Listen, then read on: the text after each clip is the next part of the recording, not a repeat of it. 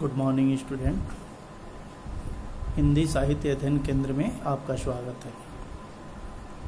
आज मैं कक्षा 11वीं के गद्य खंड का तीसरा चैप्टर गलता लोहा का अर्थग्रहण से संबंधित प्रश्न को बताऊंगा।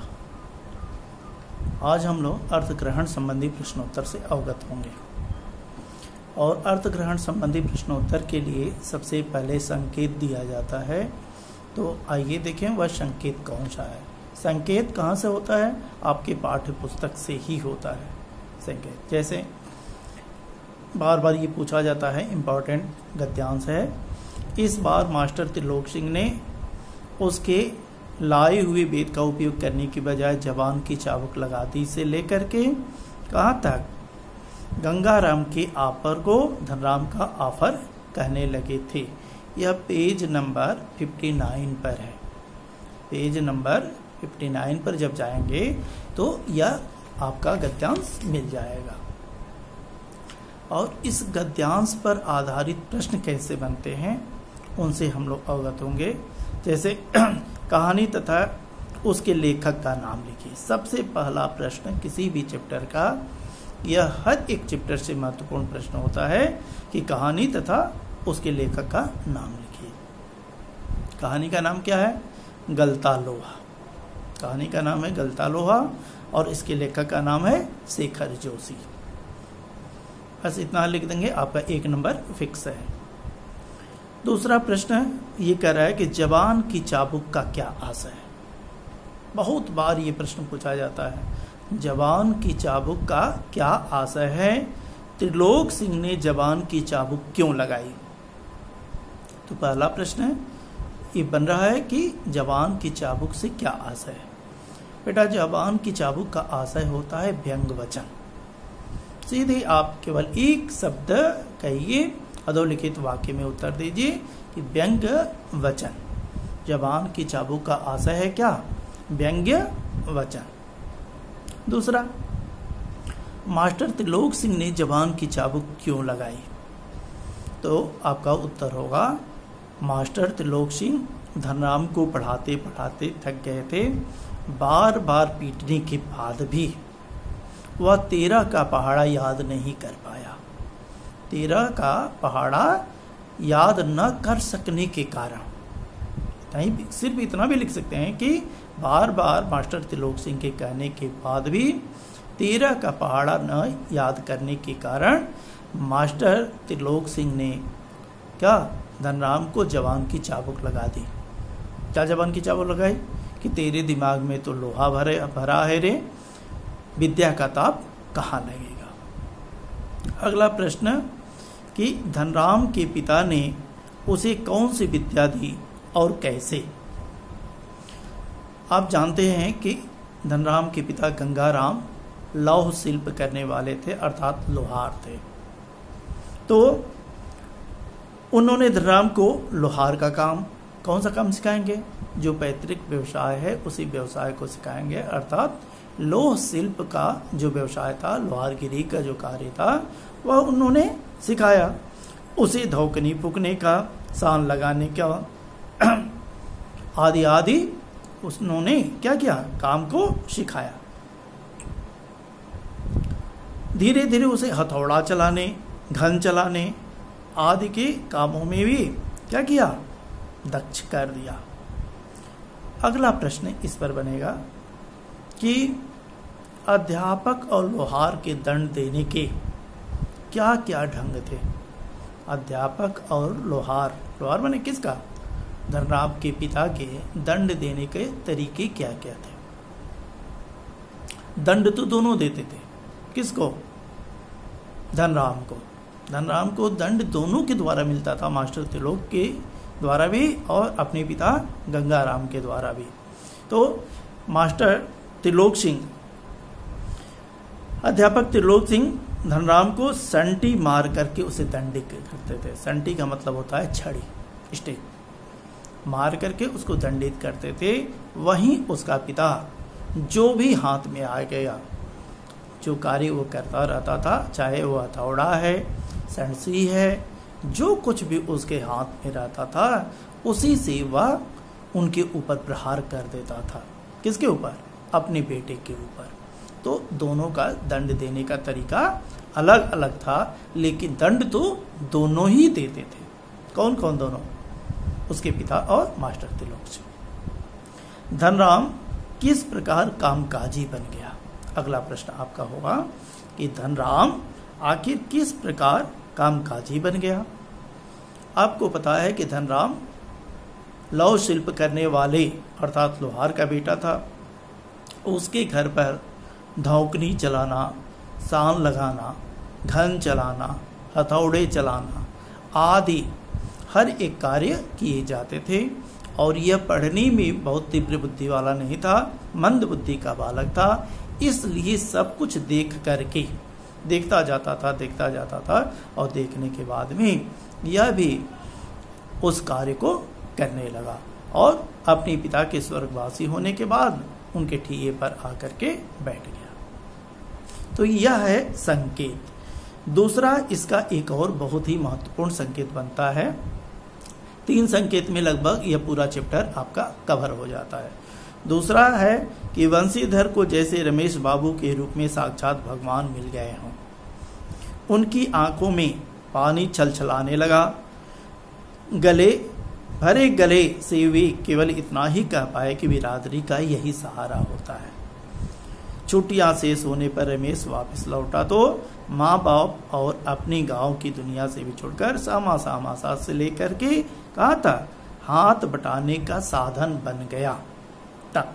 ये पेज नंबर आपको 61 पर मिलेगा।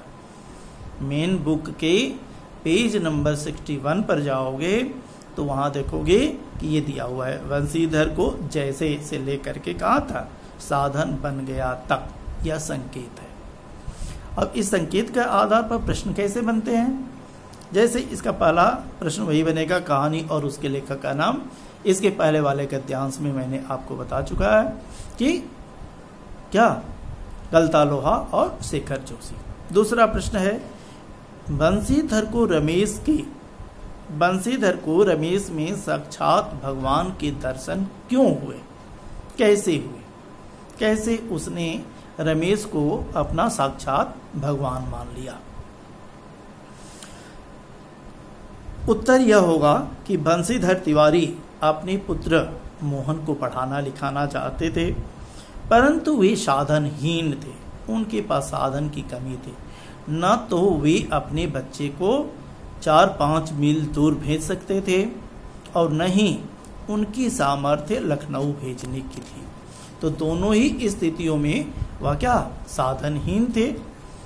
इसलिए बिरादरी के एक युवक रमेश ने मोहन की पढ़ाई के लिए अपने साथ जब लखनऊ भेजने के लिए कहा तो मालूम हुआ कि इनकी जो इच्छाएं हैं वह इच्छाएं शायद पूर्ण हो जाएंगी।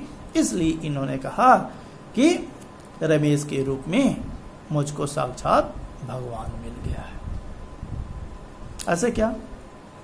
सीधे आप यह कहिए कि इनकी इच्छाएं पूर्ण करने के लिए इनके पास पर्याप्त साधन नहीं थे और रमेश के रूप में इनको साधन की प्राप्ति हुई, इसलिए रमेश में इनको भगवान के दर्शन हुए।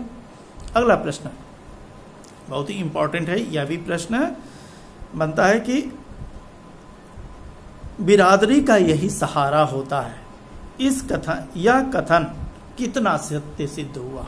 बिरादरी का यही सहारा होता है, यह कथन कितना सही सिद्ध हुआ? सही सिद्ध हुआ? नहीं।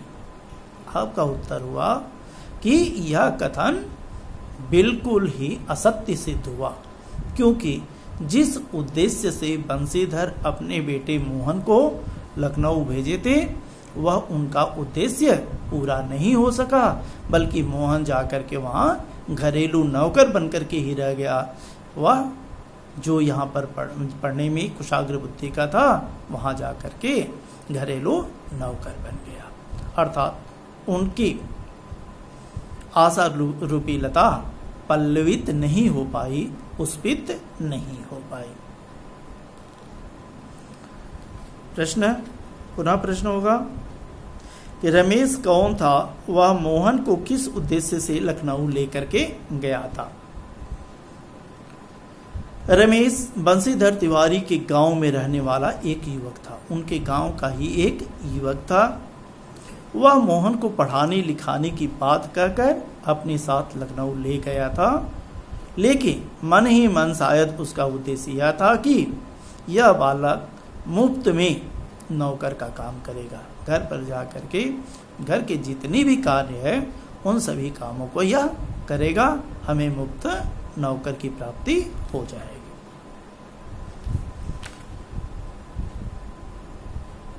लखनऊ में मोहन का समय कैसे बीता? अगला प्रश्न होगा आपका कि लखनऊ में मोहन का समय कैसे व्यतीत हुआ। लखनऊ में जाते ही मोहन के साथ नौकरों जैसा व्यवहार होने लगा। कहने को वह घर का बालक था। वह घर की महिलाओं को भाभी और चाची कहा करता था, परंतु वे सब उससे अपना हर एक काम करवाते थे, मानो उसे इसलिए यहाँ लाया गया हो ताकि वह घर के सारे कार्यों को करेगा। यहाँ तक कि वह धीरे धीरे पहले घर के और उसके बाद में मोहल्ले की अन्य महिलाएं भी उनसे ये सभी काम करवाने लगी। अर्थात घर का नौकर तो था ही, मोहल्ले भर का नौकर बन करके रह गया। कौन? मोहन। तो इस गद्यांश पर ऐसे ऐसे प्रश्न बनते हैं। अंतिम गद्यांश, 3 गद्यांश में पूरा चैप्टर कवर होता है। अगला है कि मोहन का यह हस्तक्षेप इतनी फुर्ती और आकस्मिक ढंग से हुआ कि धनराम को चूक का मौका ही नहीं मिला। से लेकर के कहाँ तक स्पर्धा थी, न ही किसी प्रकार की हार जीत का भाव तक। हार जीत का भाव तक यह संकेत है। इस पर आधारित आपके प्रश्न बनेंगे कि कहानी तथा उसके लेखक का नाम लिखिए। जानते हैं आप, मोहन ने लोहा ढालने की कारीगरी कैसे सीखी होगी? इसके पिता तो पढ़ने के उद्देश्य से लखनऊ भेजे थे। यह कैसे यह कारीगरी सीखी होगी, इसको आपको बताना है। मोहन ने लोहा ढालने की कारीगरी कैसे सीखी होगी?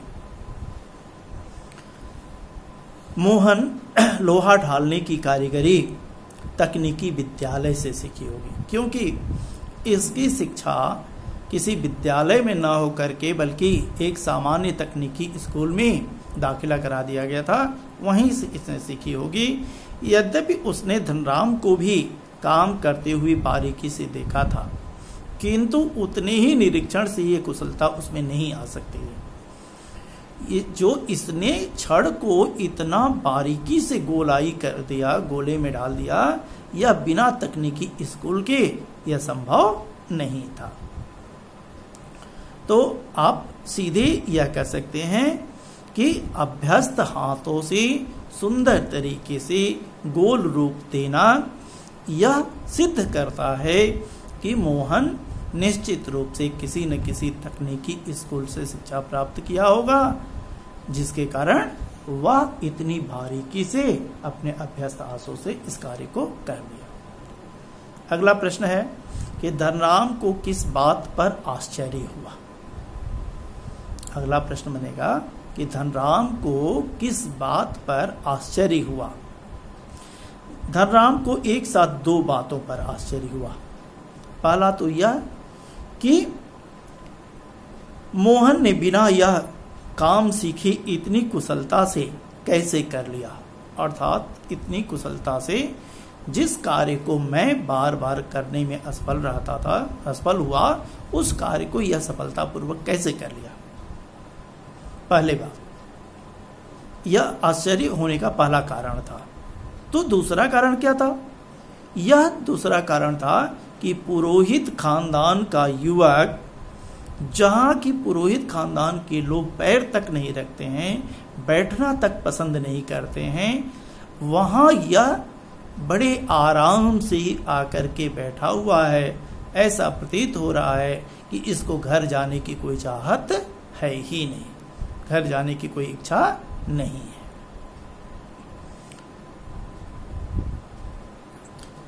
अर्थात इतना निम्न कोटि का कार्य करने के लिए ये कैसे तैयार हो गया। अगला प्रश्न, लोहे के गोले को ढालने के बाद मोहन की मनः स्थिति क्या थी। लोहे को माने छड़ को गोलाई में ढालने के बाद में उसकी मनः स्थिति क्या थी। लोहे को इच्छानुसार ढालने के बाद मोहन की आंखों में एक सर्जक की चमक थी। वह चाहता था कि धनराम उसके बनाए हुए गोले की प्रशंसा करे। मेरा मित्र धनराम देखे और प्रशंसा करे। क्यों? क्योंकि यह कार्य तो धनराम का था। धनराम करने में असफल हो रहा था।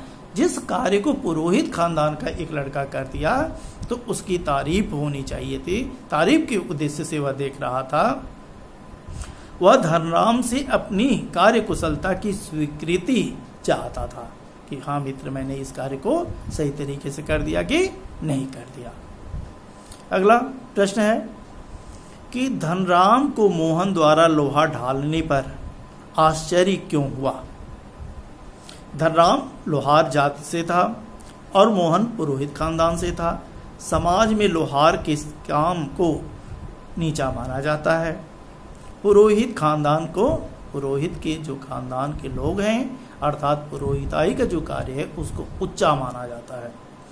इसलिए धनराम को आश्चर्य हुआ कि मोहन ने लोहार का काम करने में रुचि क्यों दिखलाई। अगर उसने यह काम सीखा तो कैसे सीखा, क्यों सीखा और कहां से सीखा। तो यह है गलता लोहा नामक चैप्टर। इस चैप्टर पर जितने भी अर्थ ग्रहण संबंधी प्रश्न बनते हैं वह मैंने आपको बताया। वैसे ही और भी छोटे छोटे प्रश्न कोई गद्यांश दे देगा, लेकिन जो गद्यांश देता है सबसे पहले आप क्या करोगे, उस गद्यांश को अत्यंत ध्यानपूर्वक 2 बार 4 बार 10 बार कम से कम पढ़िए, उसको मंथन करो और मंथन करने के बाद में उन प्रश्नों का उत्तर उनके आधार पर ही बनता है। और तत्पश्चात मैं सबसे पहले ही इसका सारांश बताया था। सारांश आपके मस्तिष्क में होगा। उस गद्यांश को आप पढ़ेंगे तो आपसे जो भी प्रश्न पूछा जाएगा बिना हिचक के आप उन प्रश्नों का उत्तर दे सकेंगे। और पाठ्य पुस्तक के प्रश्नों से और अन्य महत्वपूर्ण जो प्रश्न बनते हैं इस चैप्टर से, वह मैं वीडियो के अगले अंक में आपके पास प्रेषित करूंगा। और लगातार आप देखते रहिए, क्योंकि जो यूनिट टेस्ट होगा इसके बाद वाला वह आपके इसी ऑनलाइन ही होगा। ऑनलाइन जो पढ़ाई है इसी पढ़ाई से ही प्रश्न बनेंगे। धन्यवाद।